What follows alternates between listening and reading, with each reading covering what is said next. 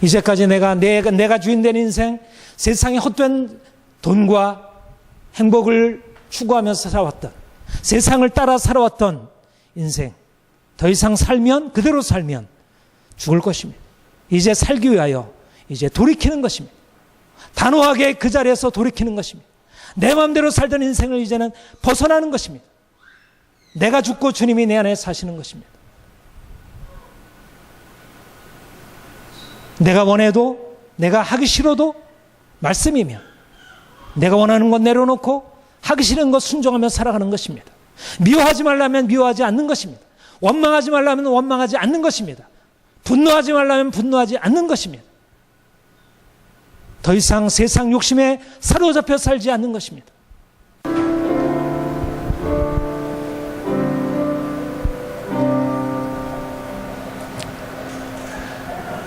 히브리서 3장 12절부터 19절. 형제들아, 너희는 삼가 혹 너희 중에 누가 믿지 아니하는 악한 마음을 품고 살아계신 하나님에게서 떨어질까 조심할 것이요, 오직 오늘이 일컫는 동안에 매일 피차 권면하여 너희 중에 누구든지 죄의 유혹으로 완고하게 되지 않도록 하라. 우리가 시작할 때 확신한 것을 끝까지 견고히 잡고 있으면 그리스도와 함께 참여한 자가 되리라. 성경에 일렀으되 오늘 너희가 그 음성을 듣거든 격노하게 했으니 듣고 격노하게 했던 자가 누구냐?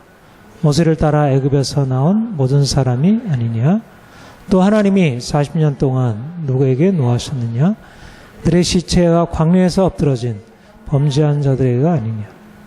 또 하나님이 누구에게 맹세하사 그의 안식에 들어오지 못하리라 하셨느냐?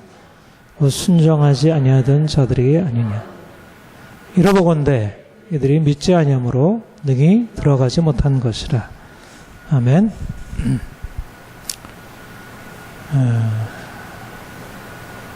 제가 지난 주간에 지지난 주간에 영화를 보았는데 신은 죽지 않았다. 그 영장물 3를 보고 너무 이제 감동이 되어서 1, 2를 다운받아서 지난 주간에 봤습니다. 한 번 본 것이 아니라 둘 다 2번씩 1도 2번 보고 2도 2번 보고 내가 2번 연속해서 보는 영화, 좋은 영화들이라 여겨지는 것은 이제 그렇게 보는데 이 영화를 보고 굉장히 너무 많은 어떻게 보면 은혜가 되는, 야, 이렇게 더 잘 만들었구나. 복음을 이렇게 이제 잘 변증할 수 있다는 게 참 놀라웠고, 한편으로 거기에 이제 나타난 걸 보면 그렇게 이제 교회의 상황이 그렇게 긍정적이고 좋은 상황을 보여주는 것은 아니었어요. 이제 미국 교회의 실상, 현재 기독교가 당면하고 있는 여러 가지 많은 시험, 어려움들을 이제 보여주는 것이었고, 말하자면 그 제목이 God is not dead. 하나님은 죽지 않았다. 하나님은 죽었다라고 하는 이 무신론이 팽배한 미국 사회, 문화 안에 하나님은 살아계시다.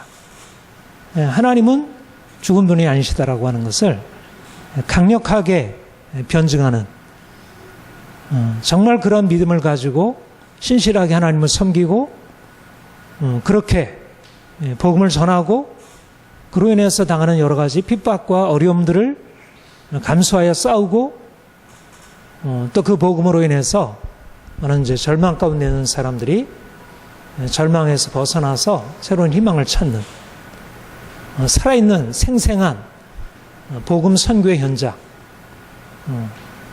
지금 미국 사회가 사실 선교사들을 많이 파송한 우리나라도 미국에 있는 선교사들을 통해서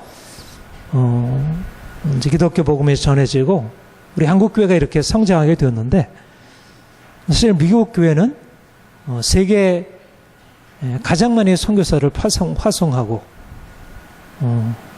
그렇게 온 세계에 기독교 복음, 기독교 문화를 전파하는 곳인데, 그곳이 오히려 이제 복음이 핍박을 받는, 기독교를 드러낼 수 없는 그런 상황이 되는, 그런데 오히려 그 가운데서 하나님이 어떻게 일하시는지, 하나님이 어떻게 믿는 자들 안에 하나님이 어떻게 역사하시는지, 어떻게 생명이 더 강해 나타나는지, 그런 것을 보면서 참 하나님이 일하시는 방식이 우리의 생각과 너무 다르구나. 사실 미국에 일어나는 그런 사회의 변화, 기독교가 당하는 이러저러 많은 어떤 미움과 공격들, 이것은 앞으로 우리 사회가 직면하게 될 것을 미리 보여주는 것이라 여겨지는데, 근데 그런 것에 대해서 어떻게 대응해야 할지를 보게 되었습니다. 너무 많은 내용들이 많이 담겨 있고 너무 많은 인사이트를 받게 되는데, 그곳에 나오는 많은 인물들이 주님 없이 인생을 절망 중에, 고통 중에 살다가 그들의 삶 가운데 주님이 찾아오시고 그들이 고통 중에서 벗어나서 암에 걸려서 죽게 되었을 때, 절망 중에 부르짖을 때 주님께서 그들의 인생 안에 찾아오시고 하나님이 없다 하면서 그렇게 절망 중에 죽어가던 그런 사람이 주의 복음을 다시 듣고 어려서 들었던 주의 말씀 안으로 다시 돌이키는, 어둠도 역사하지만 하나님의 생명이 역사하고 있다는 것을 보게 되었습니다. 우리가 주님을 처음 만났을 때 우리 인생이 너무나 절망적이고 인생에 아무런 의미가 없고 마치 수렁 속에 빠져있는 것과 같은 그런 삶이었는데, 주님이 우리에게 찾아오셔서 주님이 어떤 분이신지, 또 주님 안에서 우리가 어떤 존재인지를 깨닫게 하시고, 그래서 그 수렁에서 건져주셔서 인생을 새로 살게 되었습니다. 우리 각자 경험한 바가 다 다르지만, 그러나 우리가 주님을 처음 만났을 때 우리에게 허락된 그 은혜가 얼마나 귀한지를 기억하고 있습니다. 우리가 주님을 만났을 때 얻게 된 깨달음은, 내가 스스로 내 인생을 고통에서 건질 수 없는데 주님이 내 인생에 찾아오셔서 나를 위하여 친히 그가 구원을 베푸셨다는 것, 하나님의 은혜가 나를 살리셨다는 것을 깨닫게 된 것입니다. 내가 만약 하나님의 은혜가 아니었다면, 하나님이 나를 살리지 않았다면 내가 이 절망에서 벗어날 수 있을까? 우리가 아무리 인생을 노력하고 했어도 바꿀 수 없었던 우리 인생 안에 주님이 찾아오셔서 우리를 바꾸신 것을 경험했습니다.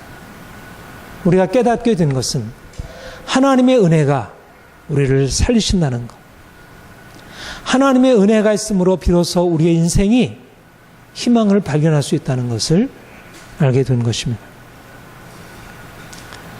우리가 아직 죄인 되었을 때 그리스도께서 우리를 위하여 죽으심으로 하나님께서 우리에 대한 자기의 사랑을 확증하셨느니라. 우리는 죄인 되었고 죄로 인하여 하나님의 진노 아래 있었고 절망 가운데 있었습니다.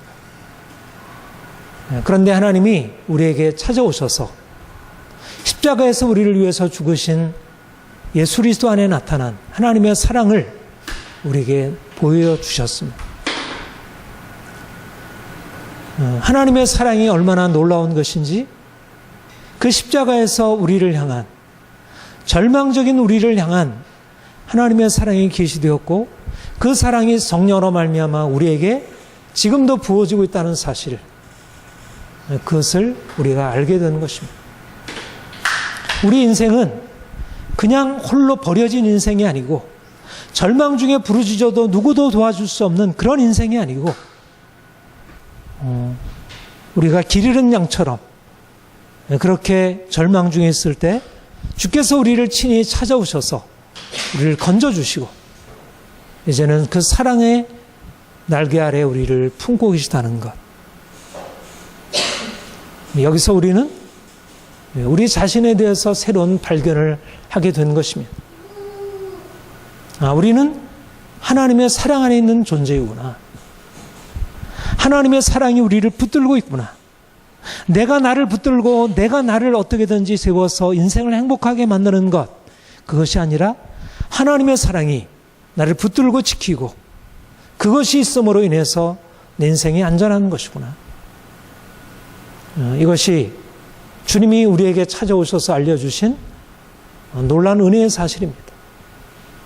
하나님이 계시다는 것, 그분 안에 내 존재는 더 이상 두려움과 절망 가운데 있을 필요가 없다는 것, 그 사랑이 우리를 든든히 지지하고 붙들고 있다는 것을 우리가 깨닫게 되었습니다. 하나님의 사랑과 은혜가 우리의 삶의 능력이고, 그것이 우리를 지키고 있습니다. 인생의 희망, 인생의 자신감, 인생의 용기, 어디에서 비롯됩니까? 바로 하나님이 우리에게 찾아오셨다는 사실입니다. 어둠 가운데 있던 우리에게 하나님이 우리에게 찾아오셨다는 것, 그 하나님이 우리에게 빛이 되신다는 것. 우리는 더 이상 이제는 어둠 속에 있지 않다는 것, 우리 하나님이 우리를 빛으로 인도하셨다는 것, 이것이 바로 인생의 새로운 희망입니다. 우리 인생이 누구에게 달려있습니까? 우리 자신에게 달려있습니까? 주변의 사람들에게 달려있습니까? 국가나 이 사회의 변화, 이런 것들에 달려있습니까? 만약 그런 것들이 우리 인생을 다스리고 인도한다면 우리 인생은 불안하기 짝이 없을 것입니다.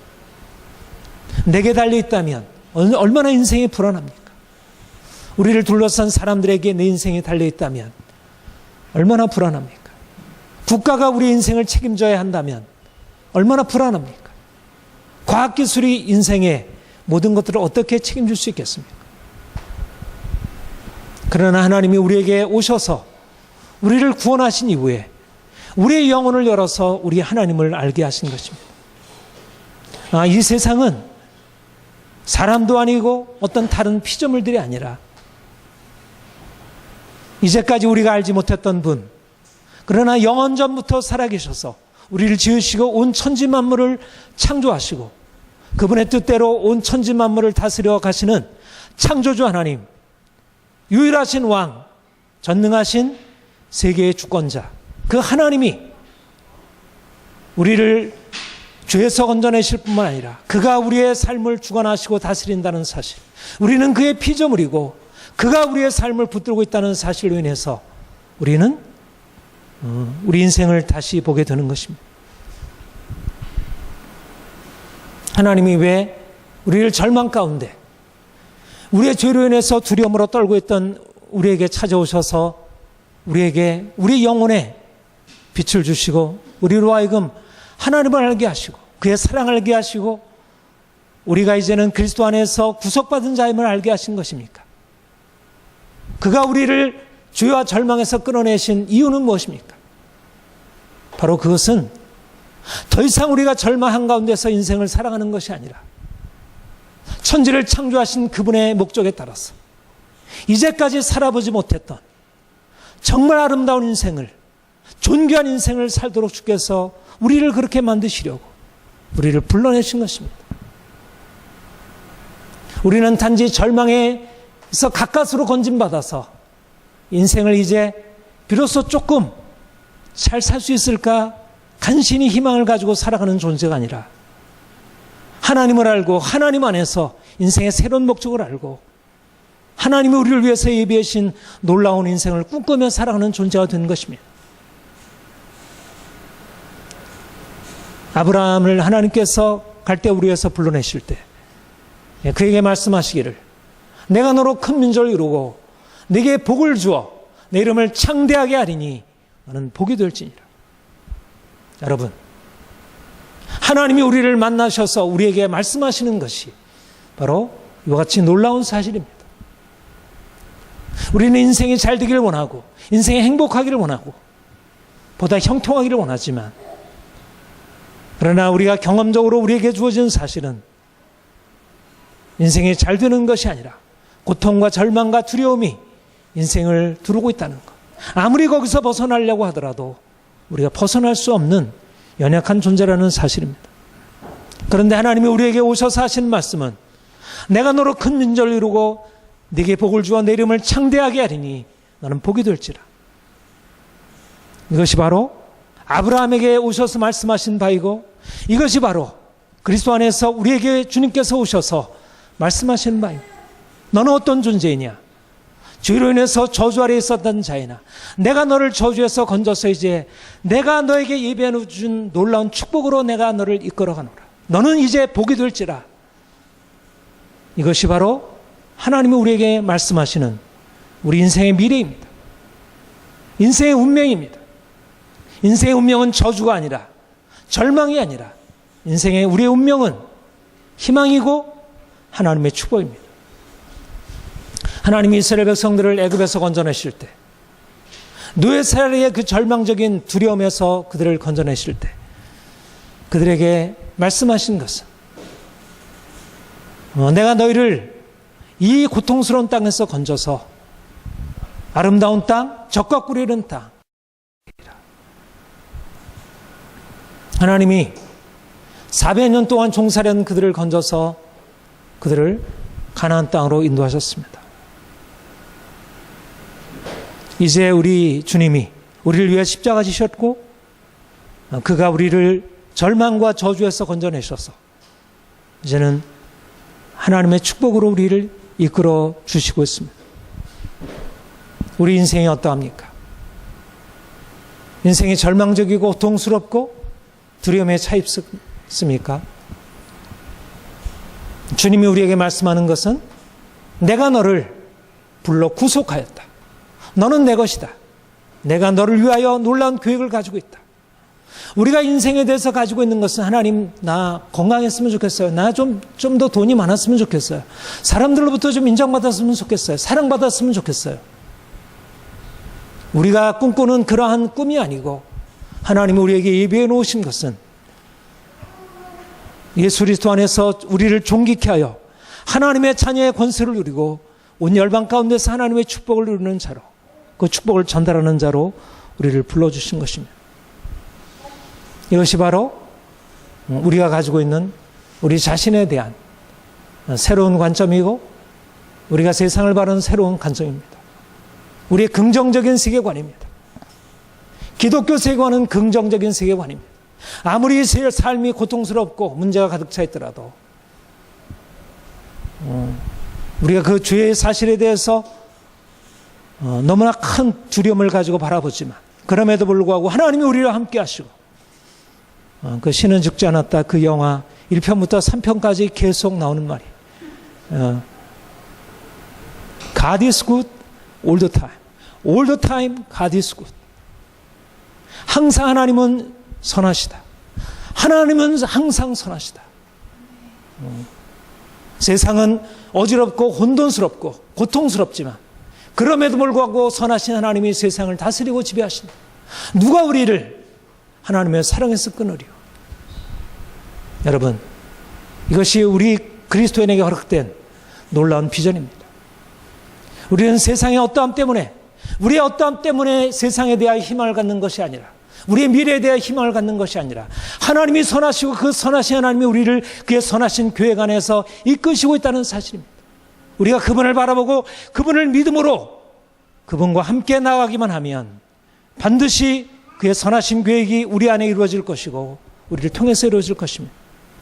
우리가 무엇을 합니까? 우리가 그러면 어떻게 살 것입니까? 선하신 하나님이 우리를 이끌어 가시는 대로 살아가는 것입니다. 우리는 우리의 과거도 모르고 현재도 모르고 미래도 모릅니다. 세상이 어떻게 돌아가는지, 세상이 어떻게 되어질지는 정말 모릅니다. 어떻게 살아야 하겠습니까? 만약 우리가 우리 인생을 우리 이제까지 살던 대로 그렇게 산다면 우리 인생은 정말로 불안하기 짝이 없을 것입니다. 그런데 우리를 구속하시고 우리를 지으시고 우리의 처음과 나중을 하시고 온 세상을 지으시고 통치하시는 그분, 그 하나님이 우리를 인도하시는 대로 우리가 살아간다면 우리 인생은 가장 하나님이 아름답게 계획하신 그 계획 안으로 살아갈 수 있는 것입니다.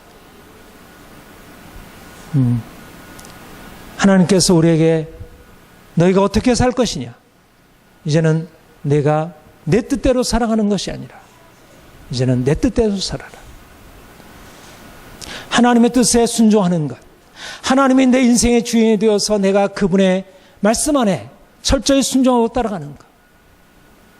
여러분, 이것이 바로 하나님이 예비해 놓으신 복으로 들어가는 길입니다. 하나님을 믿고 하나님을 통해서 인생의 놀라운 행복을 기대한다면 우리가 그분의 말씀에 순종하며 살아갈 것입니다. 여러분, 순종이 복입니다. 여러분, 이것을 명심해야 합니다. 하나님의 말씀에 순종하는 것, 그분의 주권에 절대적으로 복종하는 것, 이것이 바로 복을 받는 비결입니다. 하나님이 복의 근원을 내시고 그분께 순종하는 것이 복을 받는 길입니다.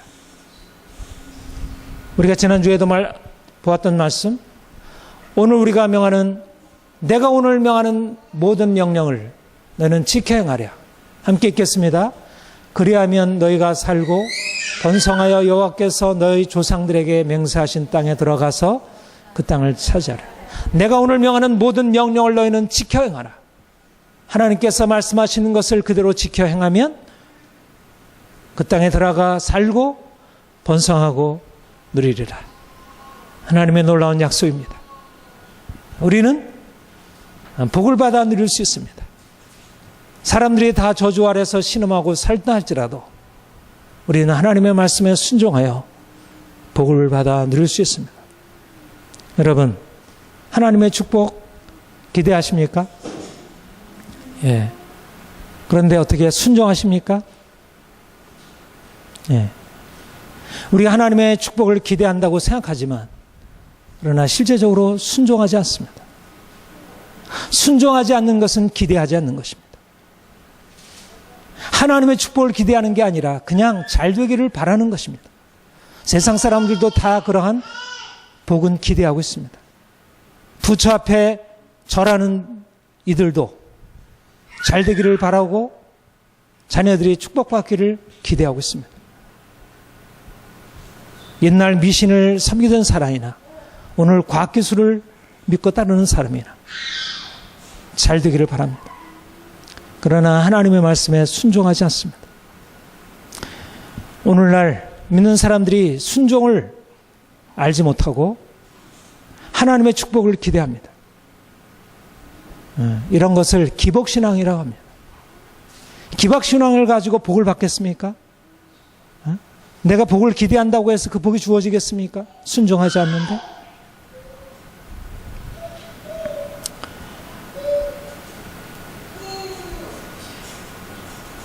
오늘날 우리가 우리 자신을 바라보게 되면 왜 우리가 이렇게 인생이 문제가 많은지 보게 됩니다. 순종하지 않는 것입니다. 순종하지 못하는 것입니다. 왜 이렇게 안 됩니까? 여러분, 말씀을 듣고 내가 순종하려고 하면 순종이 잘 됩니까? 내 미움이 사라집니까? 내 분노가 사라집니까? 내 약한 욕심들이 사라집니까? 우리가 말씀을 듣고 씨름할 때마다 느끼게 되는 것은 우리가 그 죄에 매여 있다는 것입니다. 미움에 매여 있고 분노에 매여 있고 잘못된 욕심에 매여 산다는 것입니다. 너무나 오래 계속되어진 굳어진 생활 양식입니다. 조상 대대로 내려온 그런 망령된 행실이고 어려서부터 형성된 아주 강한 고집이고 부모 아래서 형성된 고집이고 내 마음대로 행하고 얼마나 아이들이 말을 안 듣습니까? 말 안 듣는 아이를 부모가 책망한다고 하면서 얼마나 더 고집스럽게 만들어갑니까? 우리 인생을 바라보면 고집과 완고함이 없는 곳이 없습니다. 태어나면서부터 아이가 때를 쓰는 데서부터 시작해가지고 점점 자랄수록 부모를 거역하고 자기 마음대로 하고 또 그것을 다스린다고 부모는 더 완고하게 자녀들을 병들게 만들고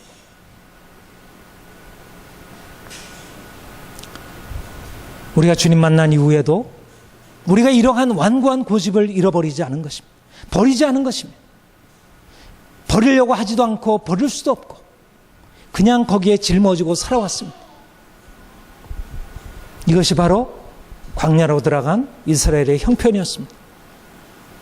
하나님의 축복을 위해서 애굽에서 불러내셨지만 그들이 광야에서 경험하게 된 것은 그들의 완고한 마음입니다. 하나님께서 축복을 위하여 명하시는 율법에 대하여 우상을 섬기지 말고 미워하지 말고 간음하지 말고 하나님 말씀에 순종하라 하시는 그 말씀을 그들은 계속 거역했고 그래서 불순종의 삶을 살았습니다. 그래서 주님께서 이스라엘 백성들에 대해서 심판하시고 그들에게 계속해서 말씀하셨습니다. 그리고 히브리서의 오늘 본문에 말씀하기를 오늘 너희가 그의 음성을 듣거든 경노하게 하시던 것 같이 너희 마음을 완고하게 하지 말라. 광야에서 이스라엘 백성들이 했던 것 같이 그렇게 완고하게 함으로 하나님의 진노하심, 경노하심을 받았듯이 오늘 믿는 너희들이 여러분들이 그런 완고한 마음을 가지고 살지 마십시오. 그렇게 살면 동일하게 심판을 받습니다.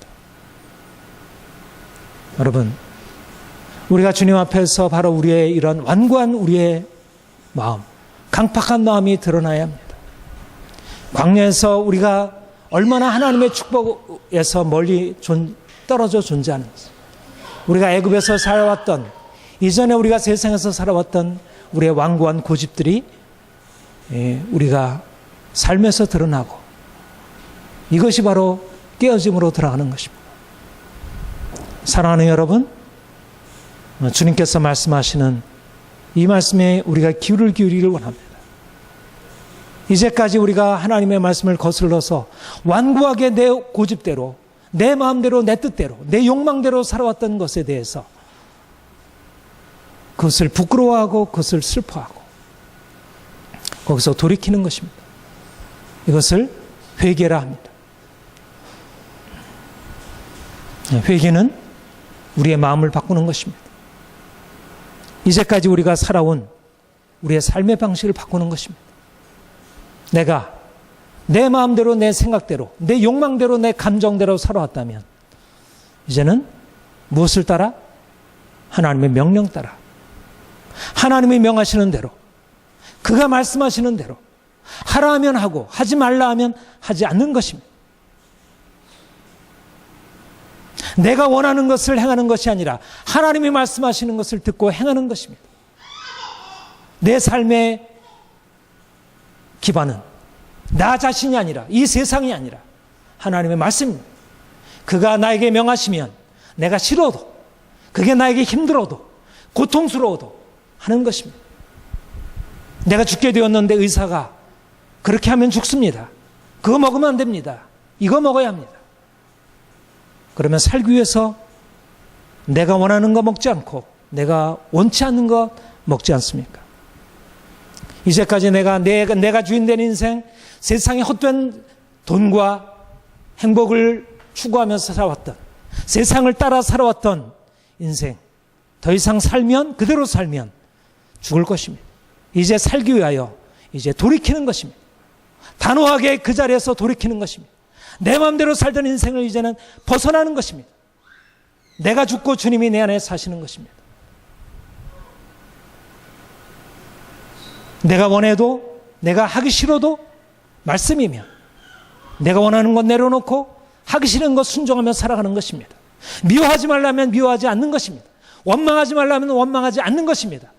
분노하지 말라면 분노하지 않는 것입니다. 더 이상 세상 욕심에 사로잡혀 살지 않는 것입니다. 강팍한 마음으로 살면, 완고한 마음으로 살면 어떻게 됩니까? 반드시 죽게 되었습니다. 여러분, 오늘날 많은 그리스도인들이 하나님을 믿으면서도, 하나님께 나와 기도하면서 자신의 문제에 대해서 도와달라고 하면서도, 병 고쳐달라고 하면서도, 인생의 문제에 대해서 해결해달라 하면서도 정작 하나님이 말씀하는 것에 대해서는 귀 기울여 듣지 않고 여전히 잘못된 인생을 계속 살아가면서, 자기 욕심대로 살아가면서, 자기의 생각대로 살아가면서, 그러면서 자기 인생의 행복을 그대로 바라고 있습니다. 하나님 말씀이 이끌어가는 것이 아니라 자신의 욕망이 세상의 풍조가 삶을 끌어가고 있습니다. 이들이 하나님의 약속하신 축복에 들어갈까요? 그럴 수 없습니다. 또 하나님이 누구에게 맹세하사 그의 안식에 들어가지 못하더라 하셨느냐? 곧 순종하지 아니하던 자들에게 아니. 순종하지 아니하면 어떻게 됩니까? 안식에 들어가지 못합니다. 하나님이 주시는 축복으로 들어갈 수 없습니다. 믿음으로만 해서 됩니까? 내가 믿는다고 하면서 순종하지 않으면 안식에 들어갈 수 있습니까? 없습니다. 광야에서 다 엎드려 죽는 것입니다. 예수를 믿는다고 해서 내 마음대로 살고 내 욕망대로 살고 세상대로 살면 하나님이 사랑하시고 너 괜찮아 받아주실까요? 말이 안 됩니다. 사람들이 착각하고 있는 것입니다. 자기의 욕망 내려놓지 않고 죄악된 삶을 벗어나지 않고서도 하나님이 그냥 인정해 주시고 받아주신다고 생각하고 착각하고 있는 것입니다. 반드시 죽습니다. 반드시 심판을 받게 됩니다. 순종이 없으면 안식도 없고 평안도 없고 고통과 절망뿐입니다.